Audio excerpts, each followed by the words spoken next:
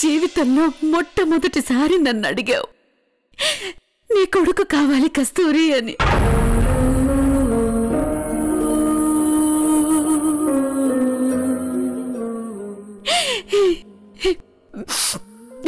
నీ మాటని కాదని నువ్వు అడిగింది ఇవ్వలేకపోతున్నందుకు నన్ను క్షమించవే, నన్ను క్షమించు. నాకు తెలుసు కస్తూరి, నువ్వు రోజూ ఇలాగే నా గురించి ఆలోచిస్తూ బాధపడుతూ ఉంటావని.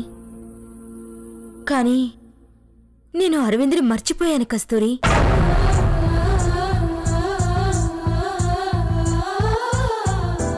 హ్యాపీగా ఇంకో పెళ్లి చేసుకుంటున్నాను. నేను బాధపడుతున్నానని నువ్వు బాధపడుకో.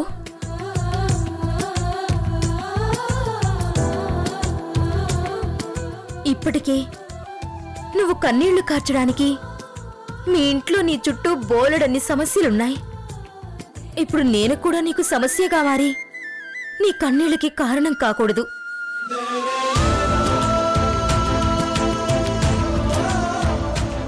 ప్లీజ్ కస్తూరి, ఆ కన్నీళ్లు తుడుచుకో.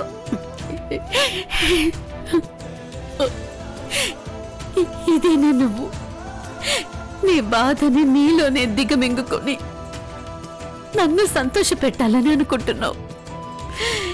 ఇన్నేళ్లలో ఇలాంటి అల్లరి పిల్ల నా కడుపున ఎందుకు పుట్టలేదనుకున్నాను. కానీ మళ్ళీ నాకు జన్మంటూ ఉంటే ఈ అల్లరి పిల్ల నా కోడలిగా రావాలని కోరుకుంటాను.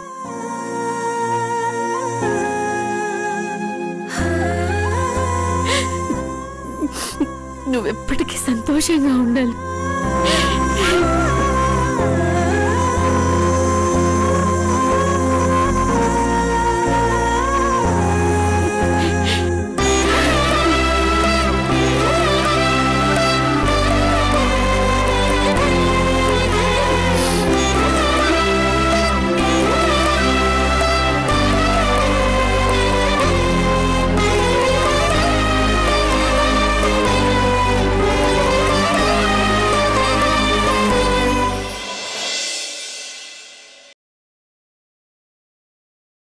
అదమ్మా తల్లి ప్రేమ. అమ్మంటే ఇలా ఉండాలి.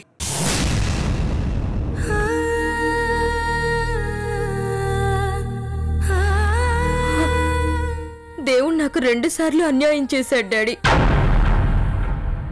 1, కస్తూరి కడుపున నేను పుట్టకపోవడం.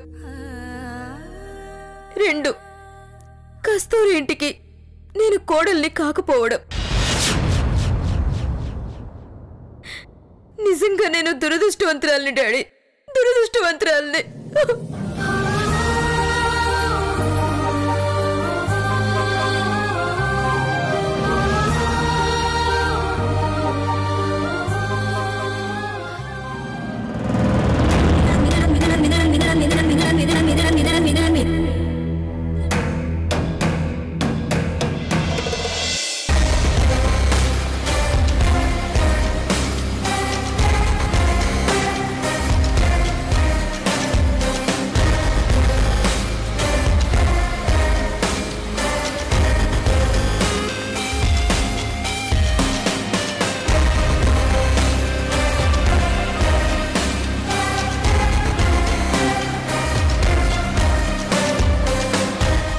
అమూల్య, ఇంకొక్కసారి ఆలోచించు. అమ్మ తల్లి, నీకు దండం. నాకు ఉన్న మొగుడుతోనే నానా అవస్థలు పడుతున్నాను. ఇప్పుడు ఈ కొత్త మొగుడిని తెచ్చుకుని తంటాలు పడ్డ నాకు అవసరమా? అసలు నాకు అర్థం కాదు. జేబులో డబ్బులు లేకపోతే పక్కింటికెళ్ళి అప్పు తెచ్చుకున్నట్టు ఇంట్లో మొగుడు లేకపోతే ఇంకో మొగుడిని అద్దెకు తెచ్చుకుంటావా? అవ్వో అవ్వో అవ్వో. ఎవరికైనా నా బండారం తెలిస్తే ఇంకేమైనా ఉందా? అందరూ కలిసి తరిమి తరిమి కొడతారు. అమూల్య, 1 మినిట్. చెప్పే. ఏంటి పార్టీనా? ఈరోజు ఈవినింగా? ఓకేనే. ఎవరెవరు వస్తారా? అదే నా ఫ్రెండ్ పింకీ, ఇంకో ఫ్రెండ్ చంటి. ఎవరు? అమూల్యనా? సారీనే, అమూల్య ఈ రోజు నుండి పార్టీలకి ఫంక్షన్లకి దేనికి అటెండ్ అవ్వదు. తన హస్బెండ్కి ఇవన్నీ నచ్చవు. అబ్బా అవన్నీ ఎందుకు ఏంటి అని డీటెయిల్స్ నన్ను అడగొద్దు. అమూల్య రాదు, నేనైతే వస్తున్నాను. బాయ్. అమూల్య చెప్పేశానే. అయినా నువ్వు ఎందుకే అంత కోపంగా ఉంటావు? నేనెవర్ని? నీ ఫ్రెండ్ని. నువ్వు చెప్పింది 100% రైట్. నువ్విక నుండి పార్టీలకి ఫంక్షన్లకి వేటికి రావద్దు, ఇంట్లోనే ఉండు.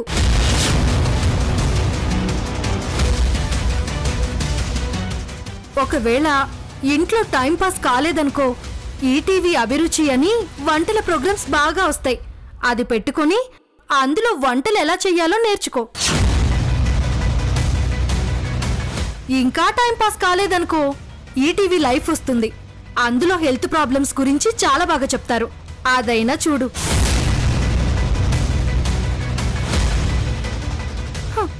ఎంజాయ్ చెయ్యాలంటే పార్టీలకి పబ్బులకే వెళ్ళాలా?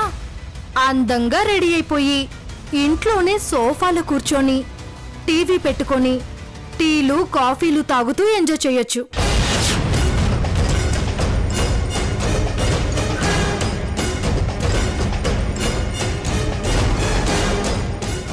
నిన్నింకెప్పుడు పార్టీలు పబ్బులు అంటూ డిస్టర్బ్ చేయను, సరేనా?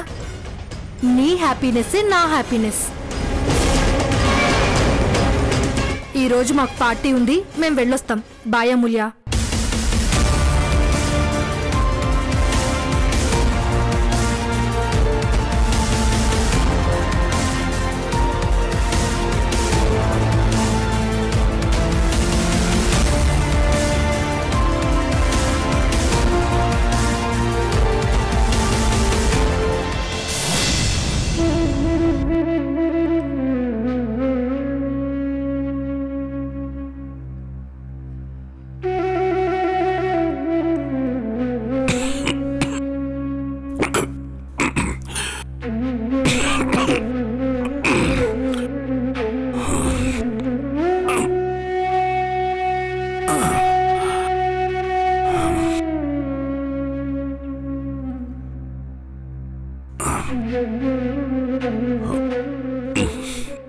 నీళ్లు లేవా?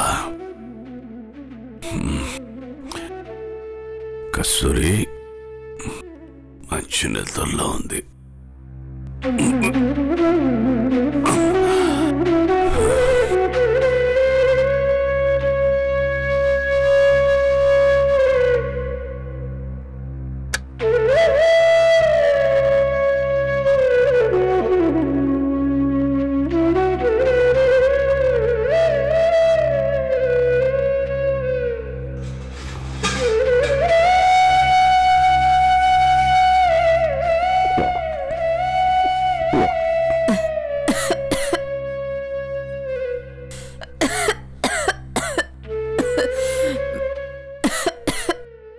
ఇదేంటి కస్తూరి దగ్గుతోంది?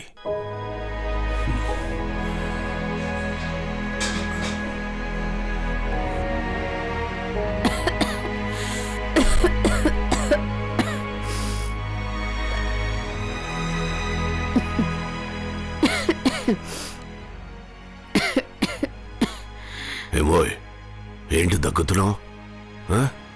ఇదిగో కాస్త మంచినీళ్ళు తాగు. నీకే చెప్పేది. లేవోయ్.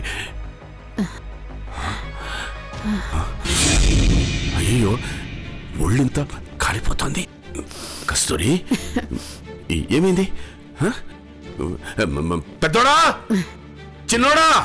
ఏమండి, పిల్లలు నిద్రపోతూ ఉంటారు.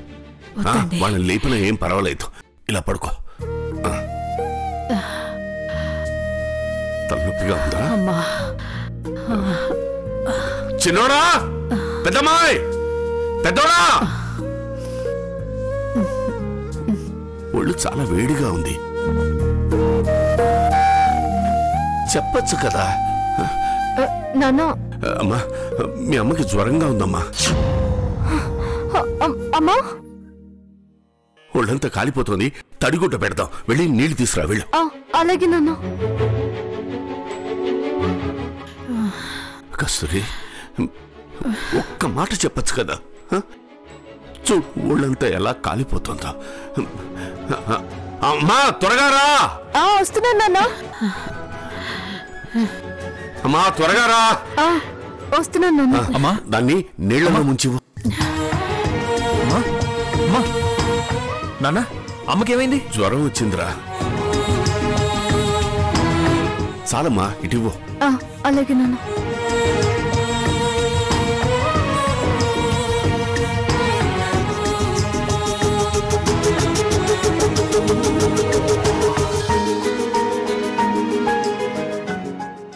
అన్నయ్య ఆ కొబ్బరి నూనె తీసుకుని అమ్మ కాళ్ళకి మర్దన చేయండి రా అదిగో అక్కడ ఉంటుంది చూడు అలాగే నాన్న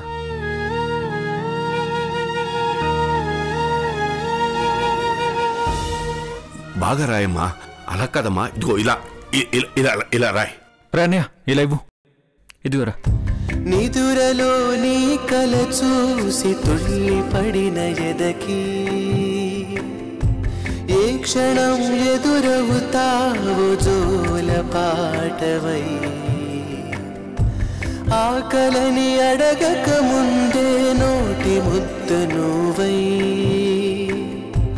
ఏ కథలు వినిపిస్తావు జాబిలమ్మవై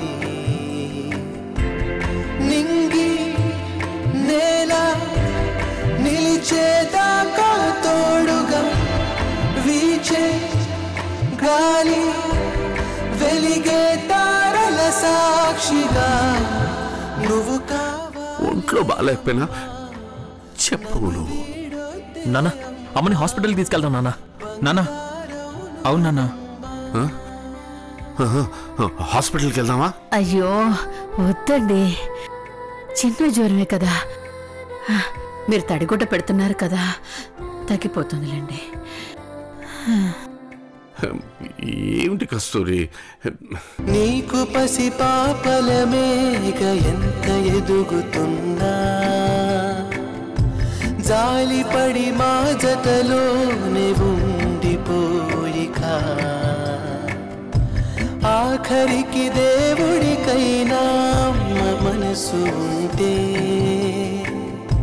నీకు తన బదులుగా కొత్త జన్మనివ్వడా నాన్న ఏంట్రా నేను వెళ్ళి టాబ్లెట్ తీసుకొస్తాను నాన్న అలాగే ఒరే ఈ టైంలో కొన్ని మెడికల్ షాపులు 24 అవర్స్ ఓపెన్ చేసి ఉంటాయి నాన్న నాన్న చాలా వేడిగా ఉంది నాన్న అమ్మ ఒళ్ళు సరే త్వరగా వెళ్ళు రే ఈ టైంలో వద్దురా నువ్వు ఊరుకో పర్లేదమ్మా ఒరే నా స్కూటర్ తీసుకుని వెళ్ళు సరే నాన్న అబ్బా తగ్గిపోతుందంటుంటే నువ్వు అన్నీ అలాగే అంటావు మాట్లాడకుండా ఉండు ఆకలని అడగక ముందే నోటి ముద్ద నువ్వై ఏ కథలు వినిపిస్తావు జాబిలమ్మవై నింగి నేల నిలిచేదాకా తోడు టాబ్లెట్ వచ్చావా ఇవ్వు ఇవన్నయ్య ఇదిగో నాన్న లేలే టాబ్లెట్ వేసుకుని కానీ ఇగో ఇలా పడుకో ఇదిగో వేసుకో కాస్త మంచి నీళ్ళు తాగు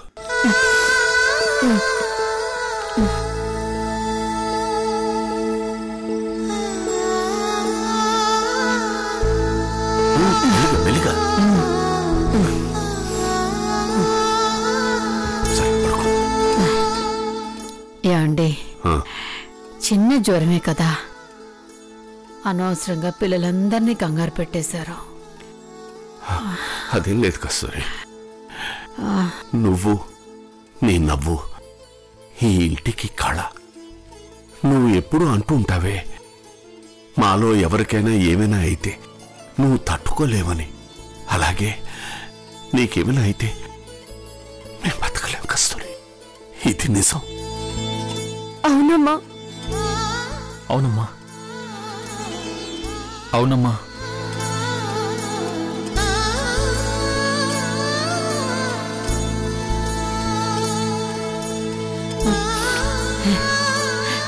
ఏమండి అలా మాట్లాడకండి లేదు కస్తూరి ఇది నిజం.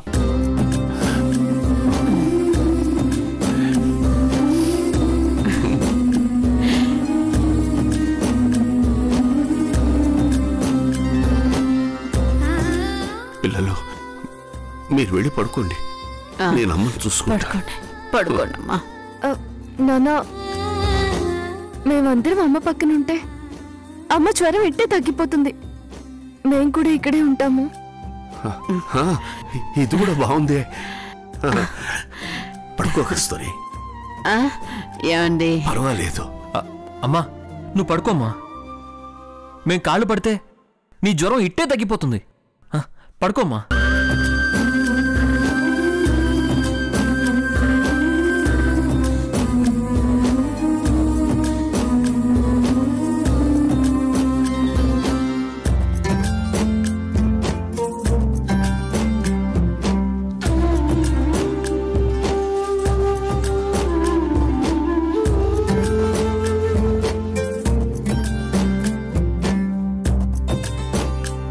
తలనొప్పిగా ఉందా? తల పట్టినా? కస్తూరి, అప్పుడప్పుడు నీకు ఇలా జ్వరం రావడం కూడా చాలా మంచిదే. చూడు, మన పిల్లలందరూ నీ చుట్టూ పక్షి పిల్లల్లా చేరారు. చిన్నదొక్కర్తే లేదు, అది ఉండుంటే చాలా కంగారు పడిపోయేది. నా చుట్టూ మీ అందరినీ ఇలా చూస్తుంటే నాకు వచ్చిన జ్వరం కూడా పారిపోయిందండి. విన్నారా పిల్లలు? మీ అమ్మ జ్వరం ఇట్టే పారిపోయిందట.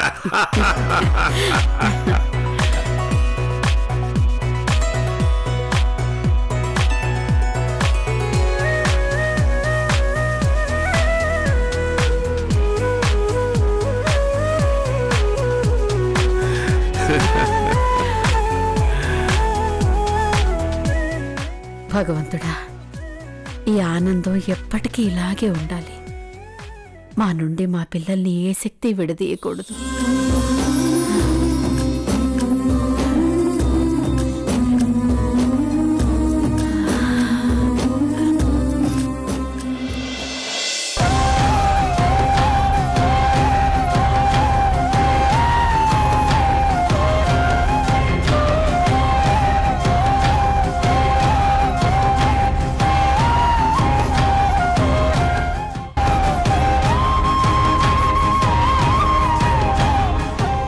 రోజులు గడిచినాయి, నెలలు దాటాయి, సంవత్సరాల తరబడి నిరీక్షిస్తున్నాను. మిమ్మల్ని దైవంగా భావించాను. నా కన్నబిడ్డ ఎవరో ఎక్కడుందో చెప్పమని వేడుకున్నానే కాని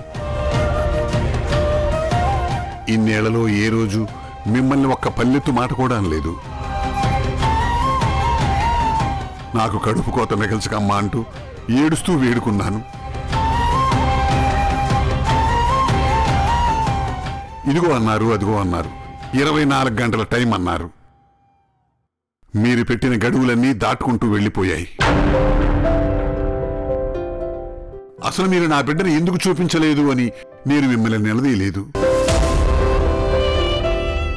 నన్ను ఎందుకు ఇలా ఏడిపిస్తున్నావని గొంతు చించుకుని అరవట్లేదు.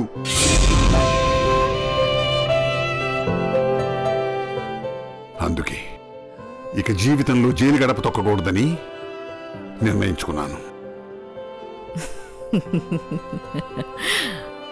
అరవట్లేదు అని చెప్పి బాగానే అరుస్తున్నారు. చూడండి దుర్గారావు గారు, జీవితం చాలా విచిత్రమైనది. కొన్ని ముడులు పైవాడే వేసి ఇక్కడ కొట్టుకుని విప్పుకోమని మనకి వదిలేస్తాడు. ఆ ముడి విప్పి మీకు న్యాయం చెయ్యాలో, మౌనంగా ఉండి మీ బిడ్డని పెంచుకుంటున్న ఆ తల్లిదండ్రులకి న్యాయం చెయ్యాలో అర్థం కావడం లేదు. 20 ఏళ్ల నుండి ఏ ప్రేమ కోసమైతే నువ్వు తప్పిస్తున్నావో అదే 20 ఏళ్ల నుండి పాపం వాళ్ళు మీ బిడ్డపైన అంతకంటే ఎక్కువ ప్రేమ పెంచుకున్నారు.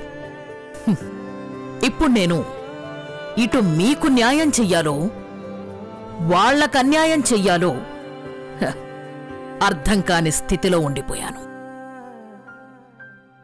అసలు ఈ బాధంతా నాకెందుకు అనుకుని ఎన్నోసార్లు చెప్పేద్దాం అనుకుని నోటిదాకా వచ్చి చెప్పకుండా ఆగిపోతున్నాను.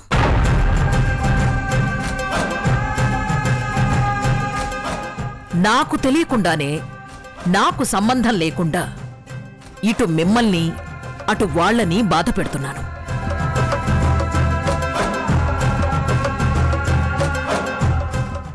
నేనిప్పుడున్న పరిస్థితుల్లో ఎవ్వర్నీ బాధ పెట్టకూడదనుకుంటున్నాను.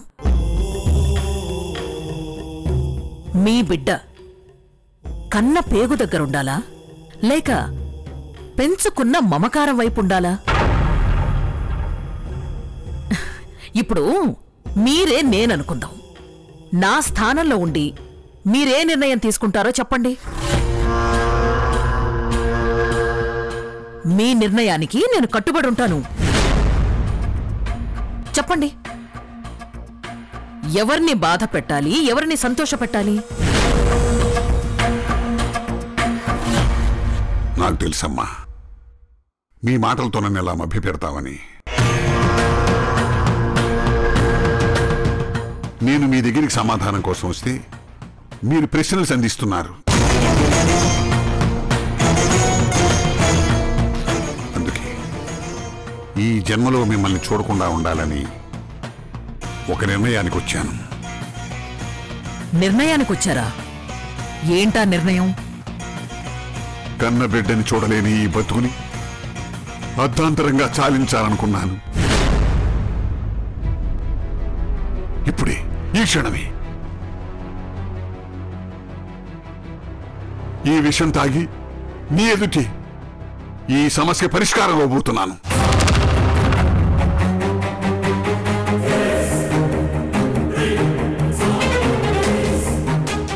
దుర్గారావు గారు, ఆగండి. ఏం చేస్తున్నారు? పిచ్చి పట్టిందా? పిచ్చే పట్టిందమ్మా నాకు. కడుపును పుట్టిన బిడ్డ ఆడపిల్లో మగపిల్లాడో తెలియక 20 సంవత్సరాలు నిరీక్షించి నాకు పిచ్చే పట్టిందమ్మా, పిచ్చే పట్టింది. నా వల్ల మీకు ఏ సమస్య రాకూడదు. మీరు మాత్రం సంతోషంగా ఉండండి. నన్ను చావనివ్వండి అమ్మా, నన్ను చావనివ్వండి, నన్ను చావనివ్వండి, చావనివ్వండి, చావనివ్వండి. 20 ఏళ్ళు బిడ్డ ప్రేమ కోసం నరక యాతన పడి ఆ తీరని కోరికతో ప్రాణాలు తీసుకుంటారా? ఇన్నాళ్ళు మీరు బతుకున్నదే మీ బిడ్డ కోసం. మీ బిడ్డని తనివి తీరా చూడకుండానే మీ ప్రాణాలు తీసుకుంటారా? ఇంతకంటే నాకు వేరే మార్గం లేదమ్మా. ఇన్నేళ్ళు ఎదురు చూశాను, ఇక ఎదురు చూసే ఓపిక నాకు లేదు. ఈ ఒక్క పూట ఓపిక పట్టండి. మీ బిడ్డ ఎవరి దగ్గర పెరుగుతుందో నేను చూపిస్తాను. ఏమ్మా, మళ్ళీ నీ మాటలతో నన్ను మభ్యపెట్టి దాటేయాలనుకుంటున్నావా? ఇది దాటవేయడం కాదు దుర్గారావు గారు, నిజం చెప్తున్నాను.